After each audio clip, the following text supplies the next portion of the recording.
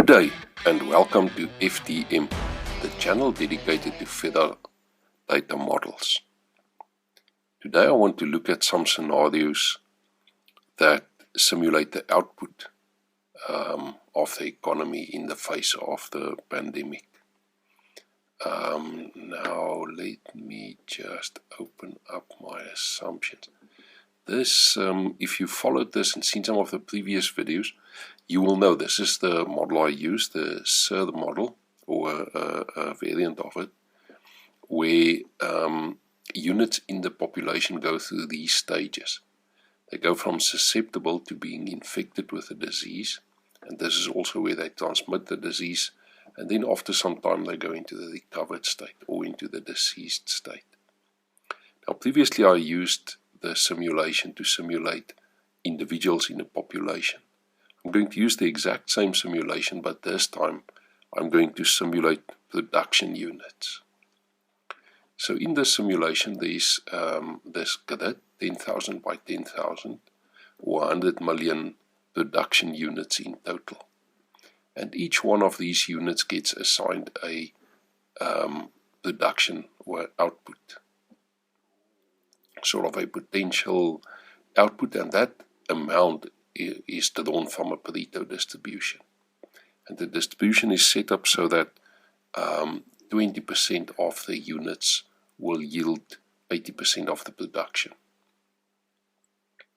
Okay, I'm going to simulate the outbreak throughout these production units, just as I've done before, but instead of as before these being individuals in a population, now it's going to be production units. Then I'll use a taxi cab radius. So for example, let's say I'm focusing on that unit and the radius is 2, then these units, the middle 1 plus 2 on the sides, will be used to determine the output of this guy in the middle. I'm going to use 3 radii, 2, 5 and 10, so that will mean that for each unit I'm going to use the 25, including the one in the middle, right? The 25, the 121 or the 441 units in its immediate vicinity. And I will use those units and see if any one of those units are affected by the virus, then it will affect the output of this unit. I'm going to simulate this in 2 ways. First, I'm going to use sort of an extremely pessimistic view, where if any of the surrounding units are affected, either being infected or deceased, then this unit will shut off or will shut down and will not produce any output. And then the other extreme, the sort of very low impact method, or the scale down method, is where I will adjust the production output of this one by looking at all the affected units in the vicinity, and then calculate the relative output of all the units in the vicinity, and use that measure to impact this. So let's say all of these units yield 100 when none of them are affected, but since these 2 are affected, let's say, and the production drops to 80, I will scale the output here down by 80. So in the scale down method, it just looks at the relative output here relative to the full output if all units are online. Okay, so that's how I'm going to simulate this. So let's go to FTM. Now I've already prepared most of this. The shutdown, or where the production drop off, that one I've already put into FTM, but I'm going to do the scale down version to illustrate how to do that in FTM. So let me get to my CSV. Now these simulations I perform with a custom written program, and I've already prepared the CSV file. I'm going to drop that into FTM.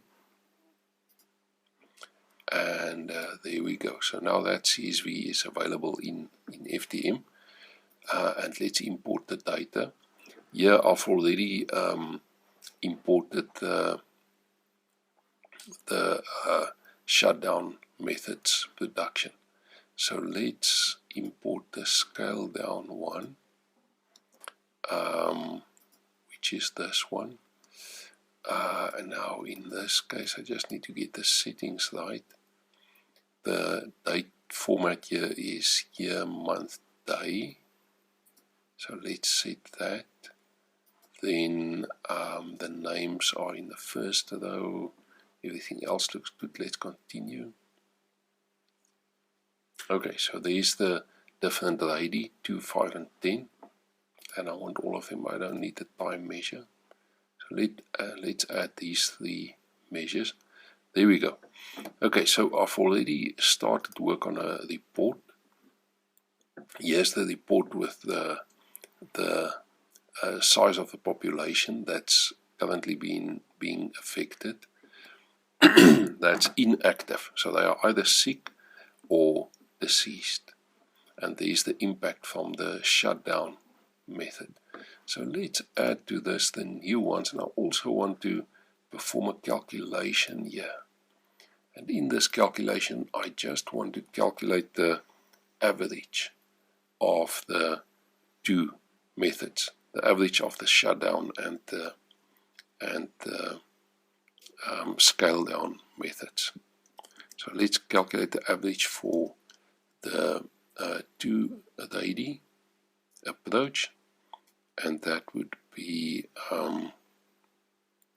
the shutdown one plus the scale down one divide by 2. Okay, so that would give me the average for the 280. Let's go for the 5. And here I'm going to take the 580 shutdown and 580 scale down methods and just divide that by 2. The average for the 1080 will be equal to the 1080 shutdown and the 1080 scale down method divided by 2. Then I want to put these back into the project so that I can put them into the report. Okay, now that command will put it back into the project as a time series, and if it already exists it will replace it. Otherwise it would just create a new one. So let me just fix that. There we go. Okay, so let's run this.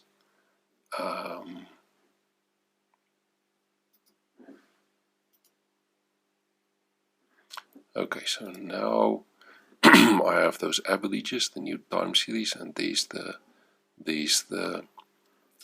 scale down version. Now I want to add all of these to the report. So let's start here.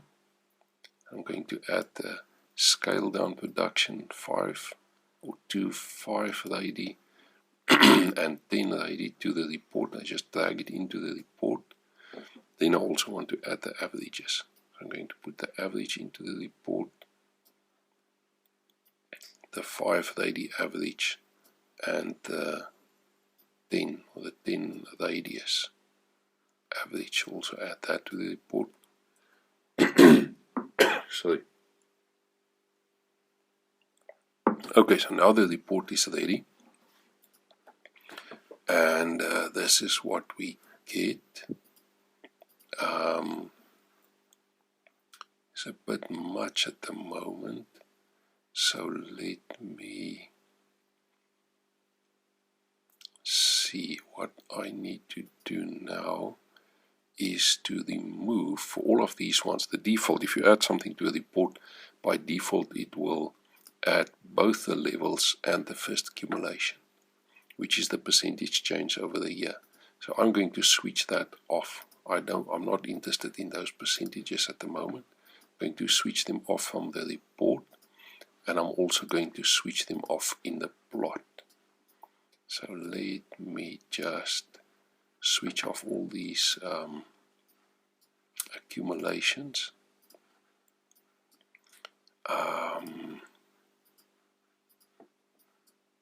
Okay. So now the accumulations are switched off in the report, in the table if you want, but I still need to do it for the plot. So in the plot, I don't want to plot all those lines. I just want to plot the levels. I don't want to plot the accumulations or the percentage changes as well, which is these ones that start only a year into the simulation, as it is a yearly change. Okay, and as you can see, I can swipe back to go back. That should do it. Let's see what we get. Okay, there we go. Now I just need to multiply these ones by 10.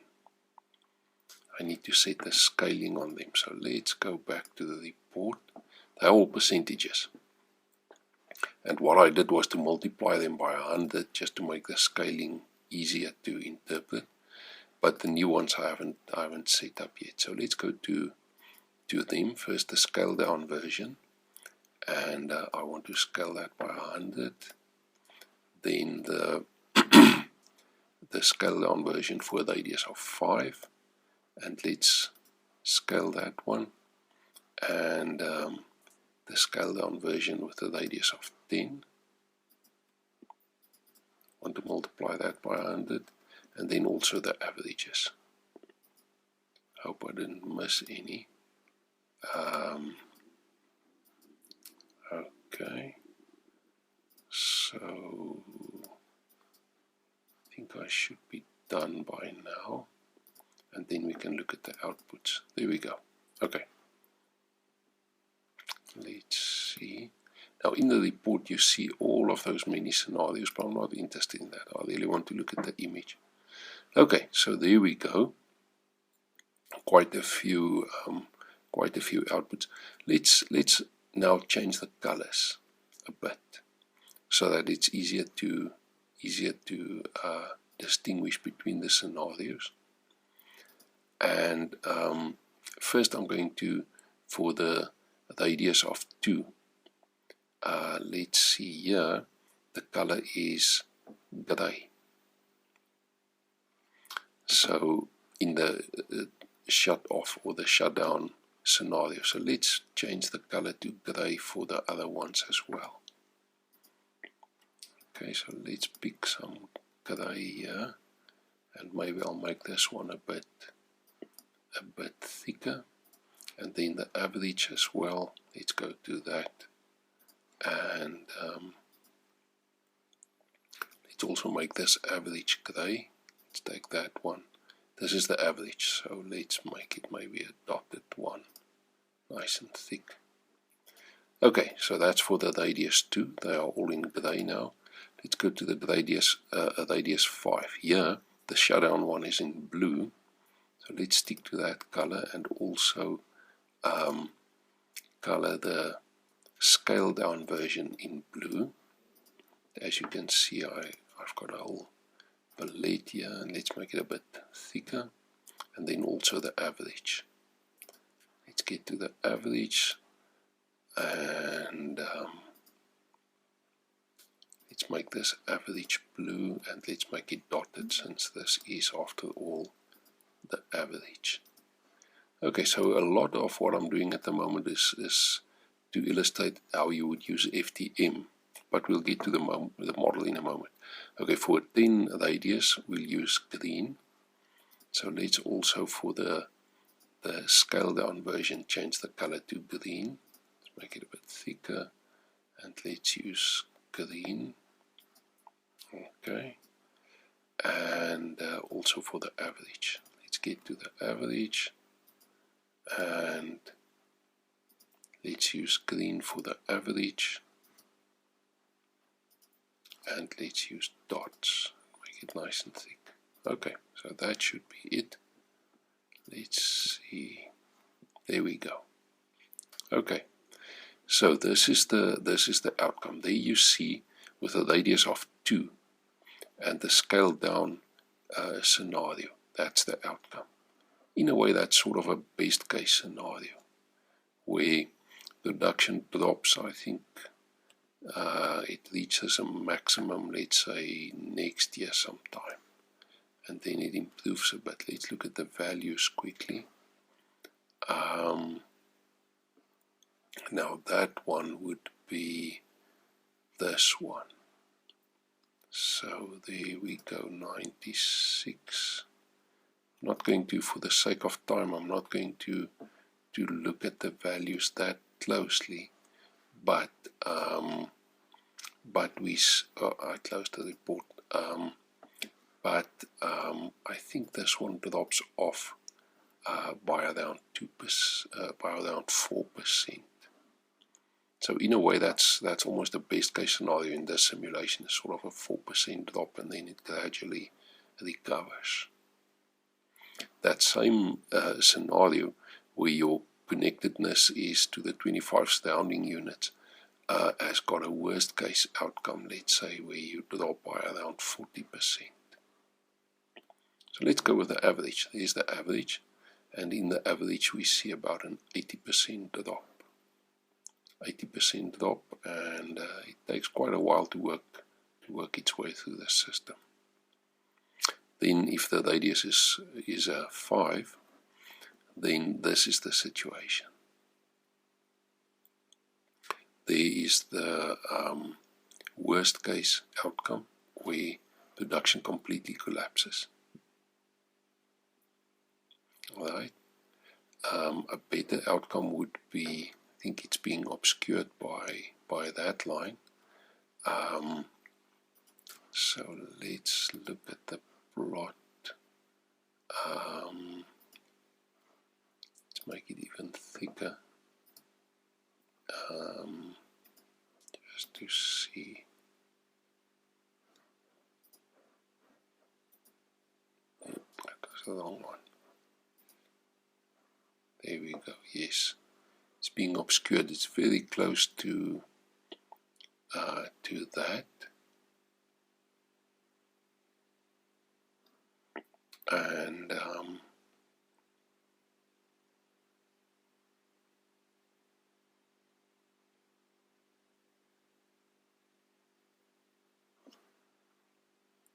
why is that bothering me? Okay, so I verified the model, and I verified that the 5 and the 2 outcomes are pretty similar. If you look at the values themselves, they do differ, but in the last couple of decimals, there's not that much of a difference. Strangely enough, if you use these different radii. Okay, so these the outcomes. So production drops in a worst case scenario to 0 if you have this hugely interconnected system where the unit depends on 141 of the units around it. 441 of the surrounding units. We have this 10 radius interdependency range. But more realistically, if you depend on the ones closer to home, if you want, where you use a radius of just 2 or just 5, then the worst case outcome is still pretty dim. That's less than 10% if I look at it, versus the 2 radius where it's about a 40% drop. So if we look at the averages between the sort of the best case outcome where we use the scaled down version of the model versus the shutdown one, then the outcome is sort of somewhere between 20 and 40%. If I look at those averages. So we see a drop off in production of somewhere between 20 and 40%. Well, that's it. See you next time. Bye-bye.